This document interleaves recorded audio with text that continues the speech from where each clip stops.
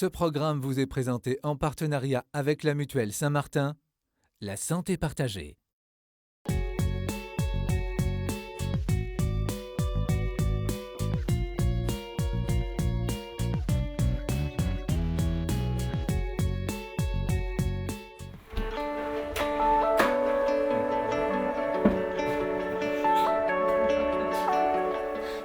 Jean-Baptiste et Nathalie ne vivent pas ensemble, mais ils se sont fiancés il y a quelques mois et sont en pleine préparation de mariage.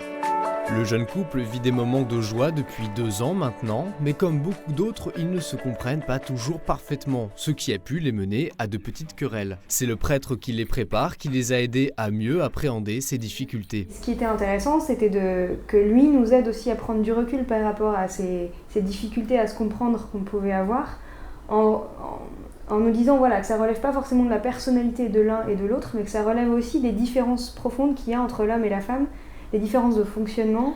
Et pour le jeune couple, il est difficile d'avancer en niant leurs différences. On sait qu'on est différents, c'est Nathalie, Jean-Baptiste, on sait qu'on est différents, mais justement il faut accepter cette différence.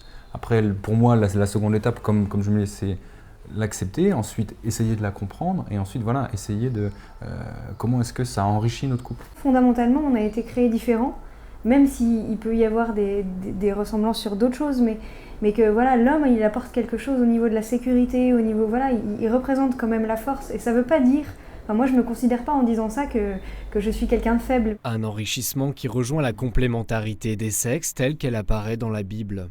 Ce qui est dit dans la Genèse, c'est que Dieu créa l'homme et la femme à son image, et donc cette différence-là, elle a été voulue par Dieu, et donc elle n'est pas là pour nous séparer ou pour mettre une distance entre l'homme et la femme, mais au contraire pour nous faire progresser, et pour faire progresser chacun dans sa différence, dans la reconnaissance de cette différence, pour amener le couple dans la vocation du mariage, vers le chemin de sainteté. Et c'est ensemble que les 2 jeunes gens avancent sur ce chemin. Ils l'ont réalisé en se rendant à Rome en février pour entendre les conseils aux fiancés du pape François. Il disait vraiment que la femme devait rayonner, mais grâce à son mari qui lui-même rayonnait d'elle, et que ça pouvait pas être...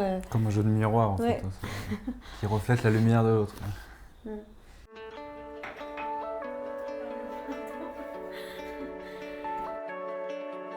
Cette question n'est pas toujours un problème. Par contre, cette question peut devenir un problème, surtout dans une société qui a tendance à écraser les différences et à laisser penser qu'on est égaux, donc pareil. Or, pas du tout, on est égaux en dignité, homme-femme, mais on n'est pas les mêmes et on fonctionne de façon différente. La femme, quand même, elle est faite pour donner la vie.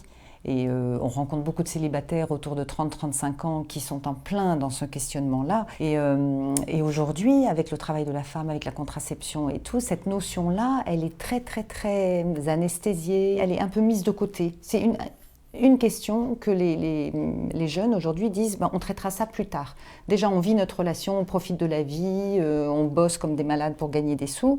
Et puis après, on verra. Je pense qu'on est dans une vision de la relation qui est beaucoup plus... alors, je vais peut-être choquer en disant ça, mais qui est quand même beaucoup plus égocentrique qu'autrefois. C'est-à-dire que la relation doit me satisfaire. Or ça, c'est pas véritablement l'amour. L'amour, c'est de prendre l'autre comme il est, avec ses qualités, avec ses défauts, et de l'aimer comme ça. Et comme ça veut dire différent de moi. C'est-à-dire la femme qui aime l'homme, qui n'est pas comme elle. C'est-à-dire donc qui ne va pas penser comme elle, qui ne va pas aimer comme elle, qui ne va pas avoir un regard sur le monde comme le sien, qui ne va pas élever les enfants de la même façon qu'elle.